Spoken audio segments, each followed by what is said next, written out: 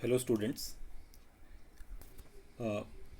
पिछले लेसन में हमने पढ़ा था इक्विपोटेंशियल सरफेसेस क्या होते हैं, और आज हम पढ़ने वाले हैं इलेक्ट्रिक पोटेंशियल एनर्जी और इलेक्ट्रोस्टैटिक पोटेंशियल एनर्जी। ओके, सो हमने पहले भी डिस्कस किया था। इलेक्ट्रोस्टैटिक पोटेंशियल एनर्जी क्या होती है? It is the amount of work done in bringing the charge from infinity to a point in the electric field without acceleration. Okay, infinity से charge को लेकर के आना है इलेक्ट्रिक फील्ड में किसी पॉइंट पे, तो कितना वर्क हमें करना पड़ता है, that is known as electrostatic potential energy. Today we will try to find out the formulae in the various situations. The first case is electrostatic potential energy of two charge system, right?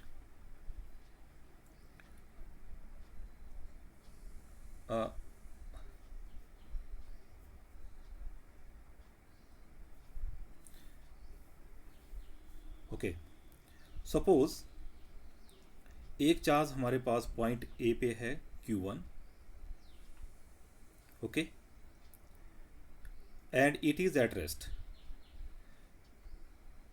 यहाँ पे कोई भी दूसरा electric field नहीं है। Okay, so no work is done to bring this charge at point A. R1 is the position vector of this charge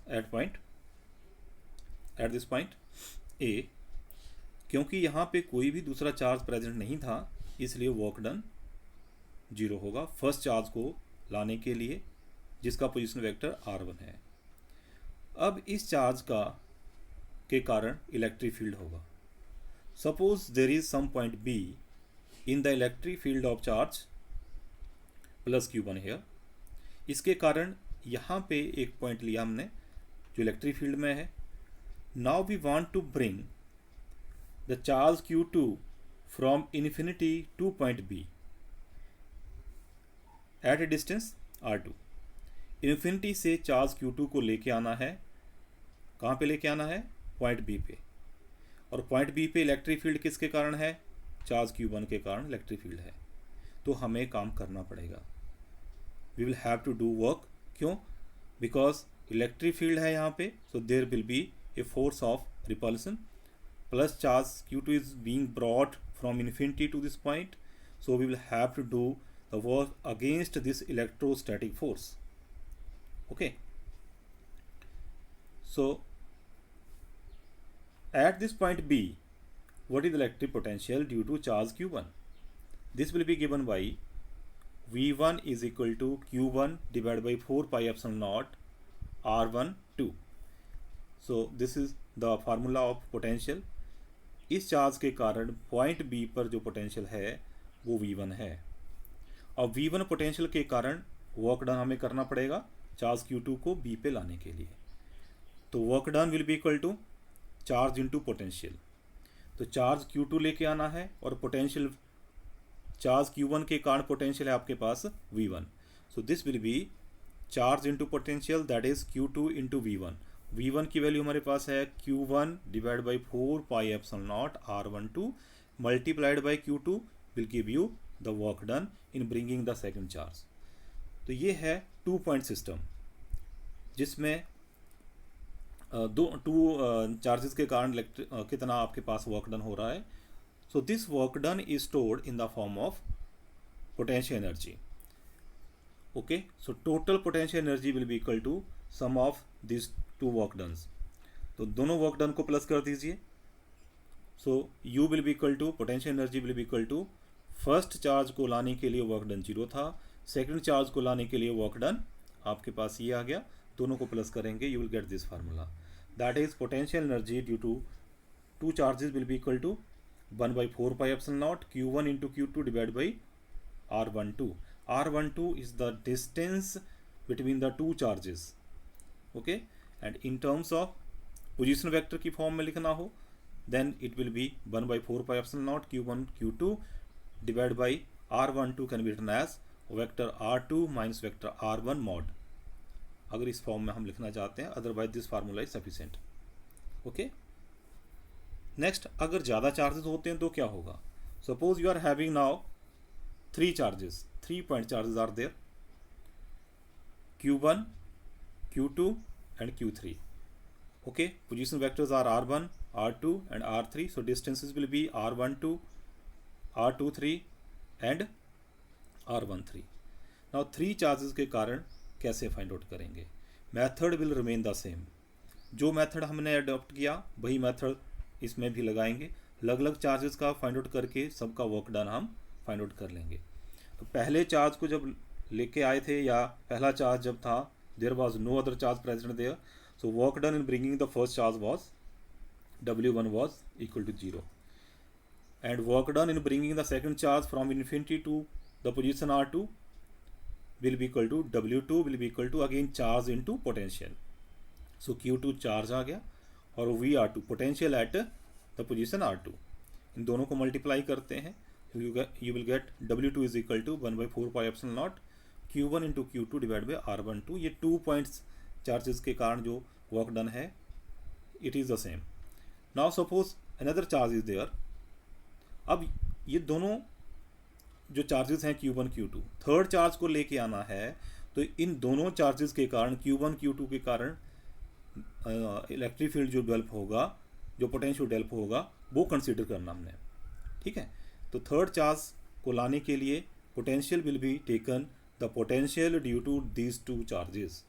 okay, so potential due to the 2 charges Q1 and Q2 can be given by 1/4 pi epsilon naught Q1 by R1 R13, क्योंकि third charge से distance लेना है अब, plus 1/4 pi epsilon naught Q2 divide by R23।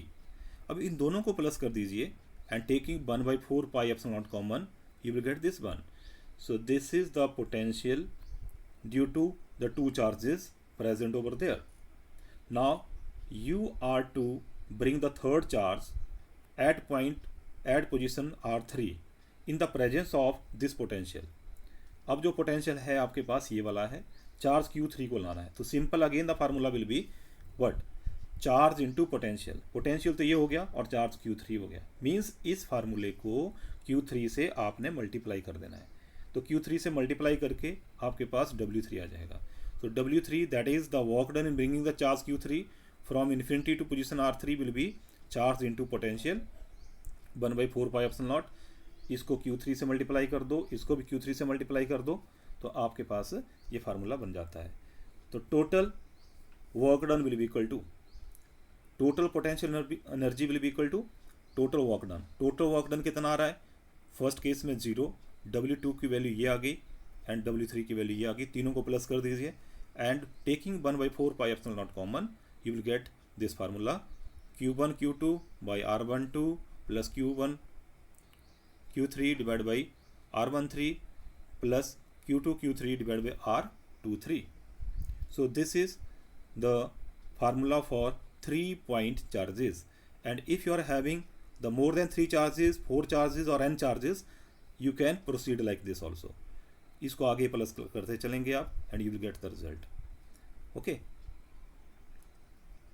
Then SI unit of potential energy is joule, and how to define 1 joule? 1 joule is the energy stored in moving a charge of 1 coulomb through a potential difference of 1 volt. Another unit is electron volt, EV, which is kinetic energy gained or lost by an electron in moving through a potential difference of 1 volt. ठीक है, तो 1 electron volt, or electron volt is also the unit of potential energy, electrostatic potential energy. Now how much this 1 electron volt? 1 electron volt will be equal to charge on 1 electron into 1 volt. Charge on 1 electron will be 1.6 into 10 raised to minus 19 coulomb multiplied by 1 volt. You will get 1.6 into 10 raised to minus 19 joule. Then 1 milli electron volt, 10 raised to minus 3 electron volt, you will get this 1.6 into 10 raised to minus 22 joule. And add for kilo, 10 raised to 3 electron volt, it will be 1.6 into 10 raised to minus 16 joule. Okay, so these are the units. You are to remember the values also. Then potential energy of single charge in an external field. पहले जो हमने case discuss किए उसमें पहले से वहाँ पे electric field नहीं था. Now this is the situation when the electric field due to some charge और due to some charge distribution is already there. Okay, उस केस में एक चार्ज को आपने उस पॉइंट पे लेके आना है जिसमें इलेक्ट्रिक फील्ड पहले से ही मौजूद है वहाँ पे. ठीक है, तो क्या आएगा, again the method will be same. तो फर्स्ट चार्ज को लाना है आपने. तो फर्स्ट चार्ज जब लेके आ रहे हैं आप, एक सिंगल चार्ज को लेके आ रहे हैं, तो उसमें पहले से ही वहाँ पे इलेक्ट्रिक फील्ड है, तो इलेक्ट्रिक पोटेंशियल भी वहाँ पे होगा. तो work done will be equal to charge into potential. Simply अगर वहाँ पे पोटेंशियल V है तो work done will be equal to QV. तो आपके पास एनर्जी, पोटेंशियल एनर्जी आ जाएगी QV, only QV. So this will be the simple formula.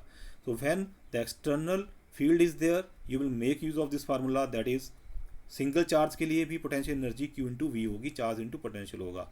लेकिन अगर इलेक्ट्रिक फील्ड नहीं है वहाँ पे, तो फर्स्ट चार्ज जब आप लेके आते हैं या फर्स्ट चार्ज को की पोजीशन को जब आप स्पेसिफाई करते हैं, in that situation the potential energy is zero. This is the difference between the two. Okay, then potential energy of system of 2 point charges in the external field. Now we are having 2 point charges and both of them are in the external field. external field किसी दूसरे charge के कारण या charge distribution के कारण है. Already वहाँ पे इलेक्ट्रिक फील्ड है, एक्सटर्नल इलेक्ट्रिक फील्ड है. तो पहले चार्ज को लेके आना है तो भी वर्क डन करना पड़ेगा, दूसरे चार्ज को लेके आना है तो भी वर्क डन करना पड़ेगा. लेकिन जब दूसरे चार्ज को आप लेके आएंगे तो पहले चार्ज के कारण वहाँ पे रिपल्सिव फोर्स भी होगी, तो एक एडिशनल वर्क डन आपको वहाँ पे करना पड़ेगा. Method will remain the same, बाकी चीज़ें वही हैं, charge into potential. So let us see how. Suppose VR1 and VR2 are the electric potentials of field E at points having position vectors R1 and R2. So work done in bringing the charge Q1 from infinity to R1 against the external field. Remember, against the external field. That is, पहले charge को लेके आ रहे हैं तो भी आपको work done करना पड़ रहा है, and that is equal to charge into potential. That is Q1 into VR1, potential at position R1. Okay. Now in this diagram source charge is being represented by this one. source charge ये है, इसके कारण कहीं पे electric field है. ठीक है, और फर्स्ट चार्ज को आप लेके आ रहे हैं तो आपको काम करना पड़ रहा है Q1 V1. सेकंड चार्ज को लेके आना आपने, then the work done will be equal to Q2 into V2. लेकिन सेकंड चार्ज को जब आप लेके आ रहे हो इस पोजीशन पे, तो फर्स्ट चार्ज इसको रिपेल कर रहा है due to Coulomb's force. Repel कर रहा है या अट्रैक्ट कर रहा है, जो भी है. तो force of interaction will be there, it may be positive, attractive और repulsive. So due to this charge there will be force. So इस फोर्स के कारण